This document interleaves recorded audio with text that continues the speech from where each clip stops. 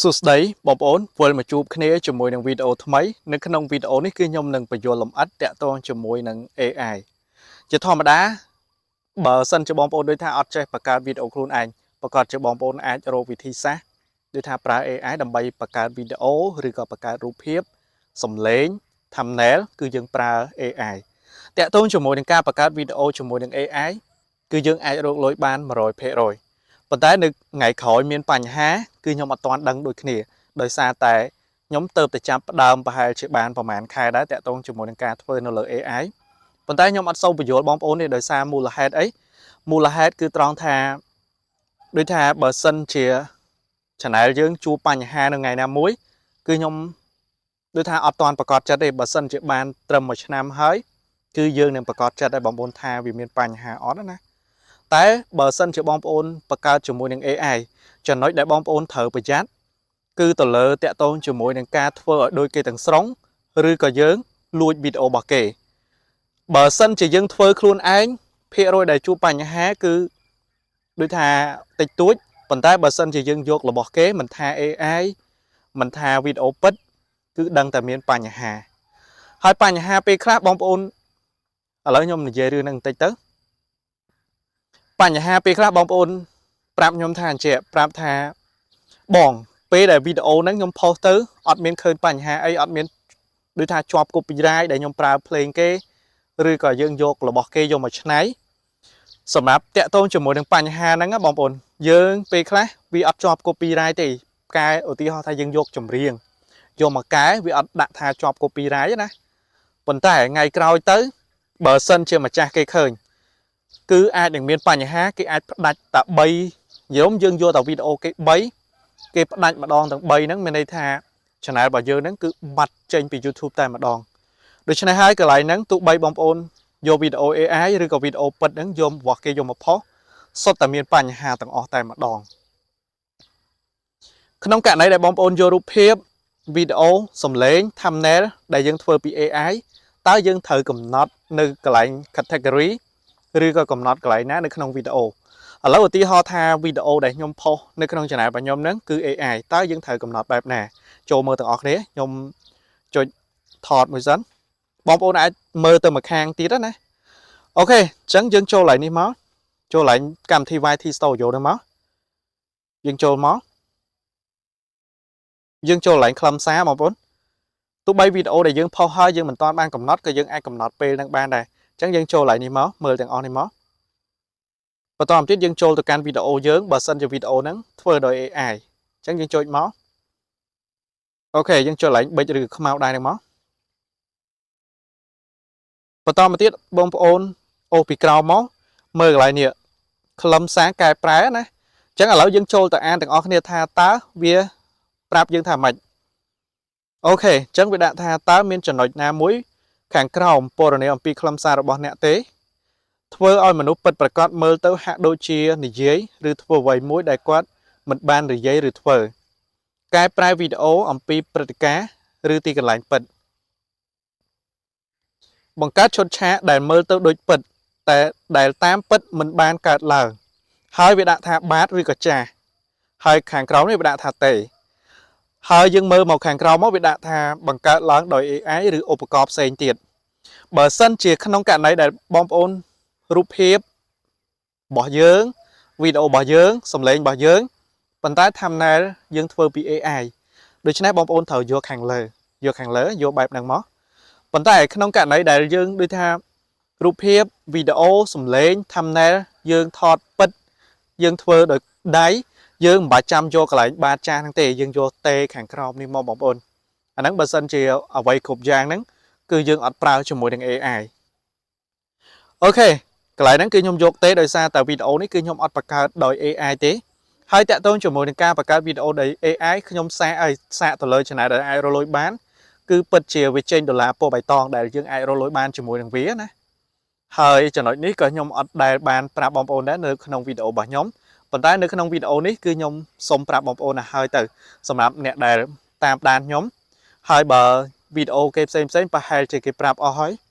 តែបើសម្រាប់ខ្ញុំអត់ដែលបានប្រាប់ទេដោយសារតែខ្ញុំចង់ឲ្យបងប្អូនហ្នឹងបង្កើតវីដេអូដោយខ្លួនឯងគឺយើងថតពិតសំឡេងពិតរូបភាពអីគឺ lạc nạ bật từng ó nè hai bật tẹt tôn cho môi đến category rồi cả dương hao tha bọc page video dương rơi từ tam bọc page để dương thuở bờ sân chỉ dương thuở AI bọc page ná dương rơi đôi video bận chẳng à lấy dương cho mà can cái lại slash cá remake video lấy dương cho lại năng mó và toàn một tiết địa lại category rồi cả bọc page nắng bờ sân chỉ dương thuở AI đang bị AK lấy dương cho mó một tí họ thay thuở video đôi bọc page nhóm á nè chẳng cứ lại nó cứ dương vô đôi video bận chẳng bom ổn cùng bạch trăm pay tha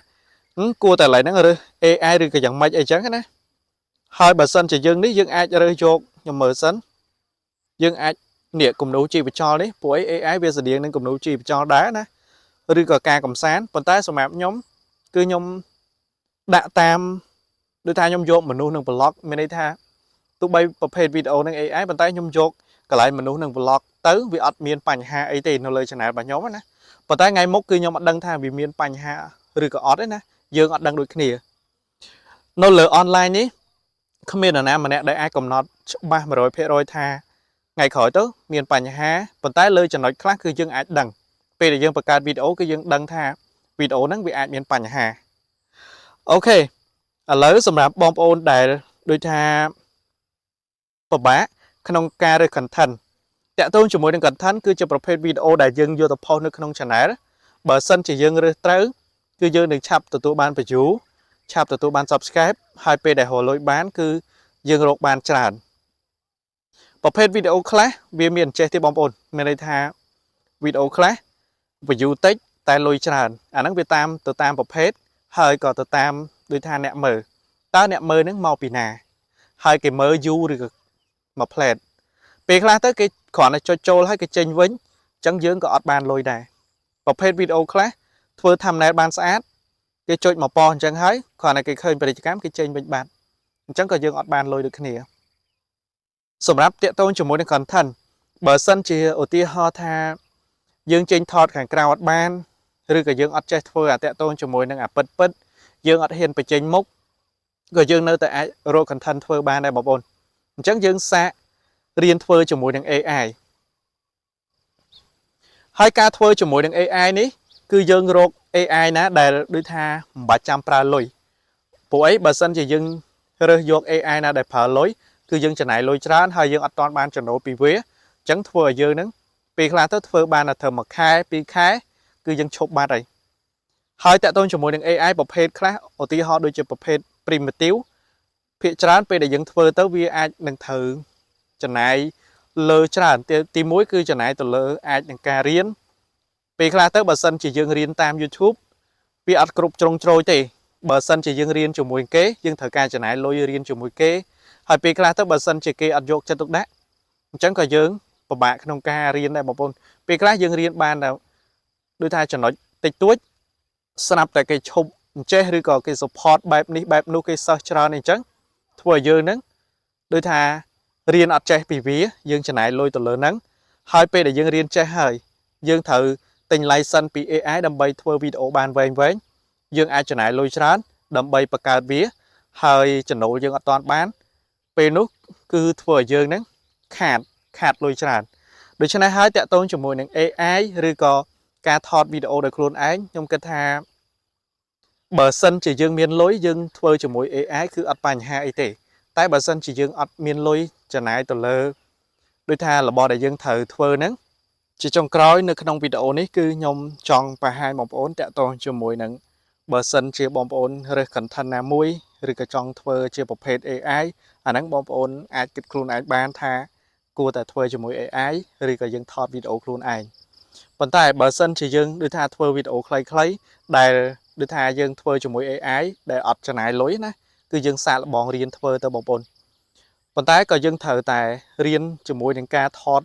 ដូចថាវីដេអូពិតផងដែរព្រោះអីការថតវីដេអូពិតយើងអត់សូវចំណាយលុយប្រហែលទេគឺយើងគ្រាន់តែចំណាយពេលវេលាក៏ដូចជាចំណាយពេលចេញទៅក្រៅថតហើយពេលខ្លះទៅយើងអាចដូចថាយល់ដឹងកាន់តែច្រើនជាមួយនឹងការធ្វើវីដេអូហើយបើសិនជាឧទាហរណ៍ថា AI តិចទៀតទៅគេអាចគិតលុយដូចថាសូម្បីតែធ្វើខ្លីៗហ្នឹងក៏គេគិតលុយដែរពេលនោះហើយដែលធ្វើឲ្យយើងហ្នឹងដូចថាគិតអ្វីអត់ចេញទេពេលដែលដូចថាគ្រប់យ៉ាងគេគិតលុយណា ប៉ុន្តែបើសិនជាយើងចេះធ្វើវីដេអូដូចថាខ្លួនឯងដែលយើងចេញថតទៅក្រៅទោះបីយើងឧទាហរណ៍ណាថ្ងៃណាមួយនៅលើគោលការណ៍របស់ YouTube ឬក៏ Facebook ហ្នឹងវាមានបញ្ហាអីក៏ដោយគឺយើងនៅតែអាចធ្វើបាននិយាយរួមទៅឲ្យតែមានអ៊ីនធឺណិតផុសគឺយើងអាចធ្វើបានដោយខ្លួនឯងហើយក៏យើងមិនបាច់ចាំដូចថាស្មុគស្មាញច្រើនដែរព្រោះអីការធ្វើជាមួយនឹង AI គឺបញ្ហាច្រើនបងប្អូនបើបងប្អូនសាកល្បងបាទបងប្អូនដូចថាដឹងច្បាស់ណាអូខេសម្រាប់វីដេអូនេះគឺខ្ញុំអត់មានអីច្រើនទេខ្ញុំមានប៉ុណ្ណឹងសម្រាប់ចែកម្លែកទៅកាន់គ្នាយើងសង្ឃឹមថាវីដេអូនេះចែកជាដូចថាចំណេះដឹងតិចតួចសម្រាប់បងប្អូនដៃថ្មីក៏ដូចជាបងប្អូនដែលតែងតែគ្រប់គ្រង Channel របស់ខ្ញុំហើយជាចុងក្រោយកុំភ្លេចជួយ Subscribe Channel ខ្ញុំម្នាក់មួយដើម្បីបានវីដេអូថ្មីតាក់ទងជាមួយនឹង YouTube Facebook ក៏ដូចជានៅលើបណ្ដាញសង្គមផ្សេងៗបងប្អូនអរគុណច្រើនចាំជួបគ្នានៅវីដេអូក្រោយ